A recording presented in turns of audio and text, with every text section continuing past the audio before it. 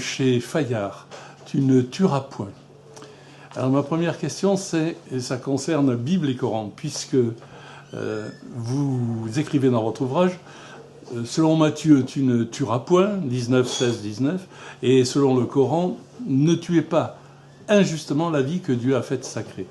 Ma question est la suivante, c'est existe-t-il une mort juste? Non, mais surtout pas quand elle est brutale et violente.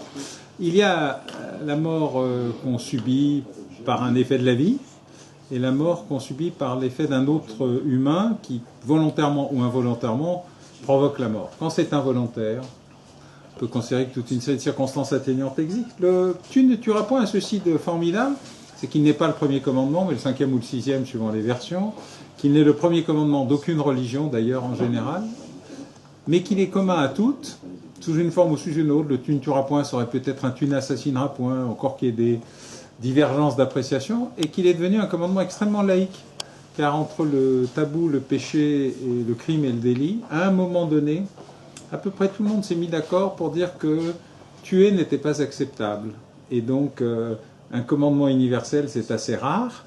Et la laïcisation de ce commandement, le fait que nous n'acceptions pas, en général la mort d'ailleurs, parce que nous aimons bien croire qu'il y a une vie après la vie, mais que nous n'acceptons pas la mort donnée par un autre, et notamment la mort criminelle, la mort par la violence, la mort par la volonté de domination, est un élément qui a plutôt permis d'assagir l'humain, de le civiliser. Et d'ailleurs, ce qui est intéressant, ce que je démontre dans le livre, c'est qu'en 500 ans, nous avons domestiqué la violence homicide, puisque depuis qu'on compte les morts dans ce pays, 1539, donc presque 5 siècles, on est passé de 150 homicides pour 100 000 habitants à 1,2. Donc je pourrais expliquer formidablement que jamais nous n'avons vécu dans une atmosphère aussi sereine et apaisée, sauf que une inversion récente de tendance, sur les 10 dernières années, a inversé une courbe longue pour en faire une reprise relativement forte sur l'ensemble des secteurs de la violence. Donc non, il n'y a pas de mort acceptable, mais il y en a qui sont plus inacceptables que d'autres. Transgression et crime. Vous écrivez la transgression est synthèse alors que le crime est antithèse. Est-ce que vous pouvez nous en dire plus? Je prends un exemple assez simple, il y a des violences acceptables et même nécessaires. La violence de la Révolution, celle qui nous permet de passer du statut de sujet à celui de citoyen. La violence est mise contre une violence plus grande encore, la violence qui nous empêche de vivre, qui nous empêche de penser, qui nous empêche de manger, qui nous empêche de décider, est une violence insupportable qui ne peut pas se résoudre que par tendre l'autre joue, pour revenir dans des rapports bibliques, ou de penser que ça va se disparaître tout seul. Il y a des révoltes et des révolutions, et donc une violence de la société, une violence citoyenne qui est utile et nécessaire. Cette transgression-là est une excellente transgression. L'homicide est une transgression inacceptable. Elle est donc mécaniquement insupportable et elle entre dans le processus criminel. Alors, peur du crime. Vous parlez d'une étude qui justement a travaillé sur la peur du crime. Et la question qu'on peut se poser, c'est comment passer du fait divers au contrat social et une question subsidiaire ou générique, faut-il changer le système ou changer la nature humaine? Bon, je ne crois pas qu'on puisse changer la nature humaine. Je pense qu'on peut éduquer l'homme, c'est-à-dire lui permettre de maîtriser sa propre violence, comme on peut maîtriser sa propre peur, par l'éducation, le partage, le dialogue. Moi, je crois à l'espace d'amélioration de l'homme, et d'ailleurs, c'est un espace qui est à la fois laïque, maçon et parfois même religieux. Et même religieux. Donc, en la matière, il y a toujours un espoir. Le problème, c'est de tout vouloir généraliser comme si tout individu était le même et comme si on ne pouvait pas, on pouvait avec un prêt-à-porter idéologique ou intellectuel résoudre le problème de la violence, alors que seul le sur-mesure fonctionne. En criminologie, par exemple, on sait qu'entre le besoin, l'envie et la pulsion, eh bien, on ne pouvait pas traiter de la même manière le besoin, qui est une méthode de passage à l'acte pour permettre justement d'obtenir ce qu'on n'a pas et qu'on devrait avoir, donc l'exercice d'une violence contre une violence plus grande encore. Je dirais, c'est les Thénardier, Jean Valjean, les Misérables, une violence utile et nécessaire. L'envie, j'ai qu'un vélo, je voudrais une voiture, je squatte ou j'utilise indûment les transports en commun ou je ne paye pas l'impôt, par exemple, eh bien, on est dans un processus où il y a à la fois des circonstances atténuantes et aggravantes. Il faut étudier le sujet, mais il n'y a pas mort d'homme. Et puis, il y a la pulsion irrésistible, la pulsion à l'agression sexuelle, à la mort, à la violence, nonobstant d'autres raisons. Ce n'est pas la violence pour voler, c'est la violence pour dominer. Et celle-ci ne se traite pas comme les deux autres. Et donc, de ce point de vue-là, il faut agir sur la nature humaine par la prévention, la dissuasion et la sanction. Les études qui sont menées amènent à penser, en criminologie particulièrement, que entre ce qu'on sait, ce qu'on croit et ce qu'on cherche, qu'on sait la plus petite partie de l'ensemble. Donc il y a la nécessité de travailler beaucoup pour aller jusqu'au bout d'une démarche de compréhension du réel. Ça passe par la statistique, ça passe par l'enregistrement des faits, ça passe par la reconnaissance des faits. Vous voyez, il a fallu attendre quand même près de 2020 ans pour qu'on ait MeToo, 2024 ans pour qu'on ait MeToo garçon, 2019 ou 20 ans pour qu'on s'occupe de l'inceste, véritablement, et encore on voit dans des conditions extrêmement difficiles de maintien d'un outil qui a pourtant donné ses preuves, montré ce qu'il était utile. Il a fallu plus de 2020 ans pour qu'on ait un dispositif pour les cold cases, comme s'il n'y avait jamais eu de tueurs en série en France, alors que depuis Gilles de Rais, on est au courant de leur existence. Donc nous avons un système administratif et politique extraordinairement lent.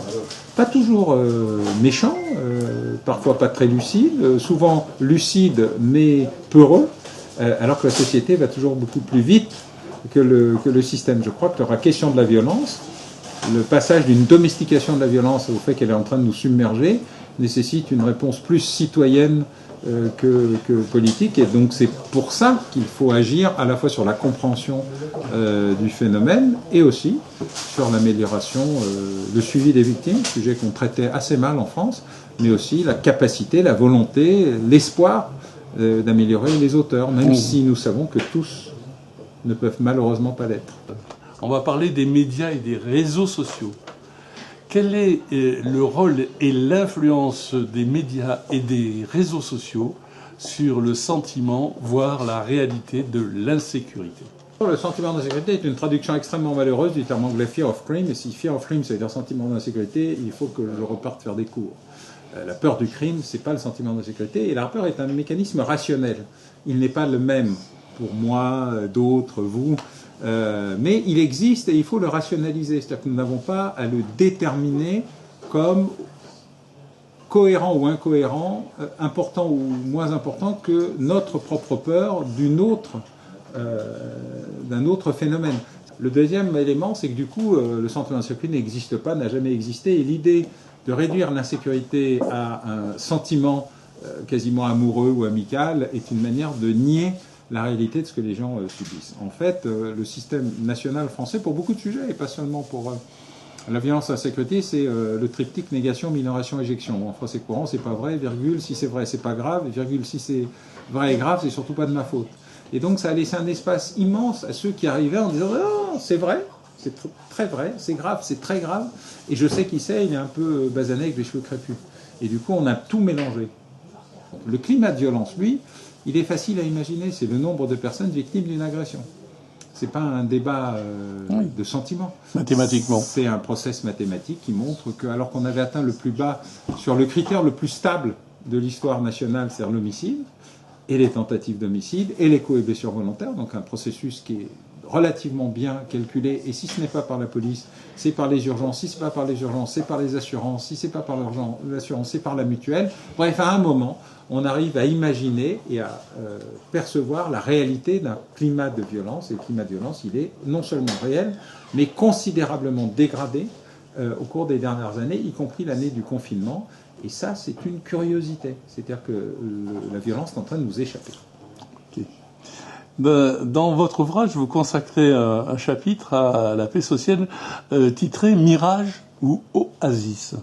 Et la question qu'on peut se poser, c'est mais alors, quelle police pour quelle époque? D'abord, la police, elle a été inventée pour civiliser la ville qui a civilisé le crime. Car en fait, l'idée formidable que l'espace rural était un gigantesque champ pour bisounours heureux gambadant dans la luzerne n'a jamais existé. Quand on rentrait chez soi et qu'on avait été que agressé ou que violé, on était déjà très content d'être encore en vie. Voilà. Donc la ville a civilisé le crime, et par le guet, les capacités à l'îlotage, ou ce qu'on appelait l'îlotage opérationnel, les patrouilles, l'éclairage, bref, toute une série d'éléments a permis de repousser le crime de plus en plus loin, et puis à le faire baisser tendanciellement et structurellement hors période de conflit militaire. Et puis il y a toujours eu des effets de cycle. Tout d'un coup, ça remontait, puis ça redescendait, ça remontait. Et chaque fois, la police s'est adaptée. La police, elle est très réactive, elle est peu proactive, elle anticipe assez mal, elle est trop centralisée pour pouvoir être facilement modulable, et dans le temps et dans l'espace. Il y a en 99, ma première étude s'appelait « Où sont les policiers ?» et elle indiquait que la nuit, où il y a 40% d'activité criminelle, il y avait 4% des effectifs. Et oui, parce qu'ils dormaient. C'est un défaut d'administration et de gestion des effectifs, alors que tout le monde savait exactement combien de phénomènes criminels avaient lieu dans la réalité. Voilà. Donc on peut toujours améliorer l'outil policier, il est là pour ça, mais ça doit être une police citoyenne, contrôlée et qui agisse dans un cadre qui est celui d'ailleurs prévu par la Déclaration des droits de l'homme. Il y a une force citoyenne qui est là pour garantir la sécurité et la liberté dans les mêmes conditions. Du jeu virtuel au crime réel. On va parler de cybercriminalité puisque vous en êtes un expert. Vaut-il mieux des ennemis contrôlés que des alliés prédateurs ? D'abord, ni l'un ni l'autre, c'est beaucoup plus simple. Le problème de l'ennemi, c'est qu'il a une volonté destructrice. L'allié, au moins, ne vous en veut pas, et s'il profite de vous, il n'a pas une vision d'extermination. Donc l'ennemi est toujours beaucoup plus dangereux que l'allié, même si il faut toujours être très prudent. Mais la vraie difficulté aujourd'hui, c'est l'existence d'un nouvel espace que j'appelle la ragosphère, l'espace des trolls, où la méchanceté virtuelle est aussi un élément qui peut parfois se transporter dans la vie réelle. Et il y a là une modification, une expansion du domaine de la violence, qui est qu'on ne peut pas imaginer un processus d'autorégulation de la vie, comme si personne ne devait jouer le rôle du shérif ou de la police. Mais par ailleurs, il faut policier la police. Donc c'est un double effet, citoyen et policier. On est tout à fait d'accord. Alain Bauer, merci d'avoir répondu à nos questions. Bravo pour cet ouvrage qui est volumineux mais passionnant. À très bientôt sur iram.be ou 450 FM. À bientôt.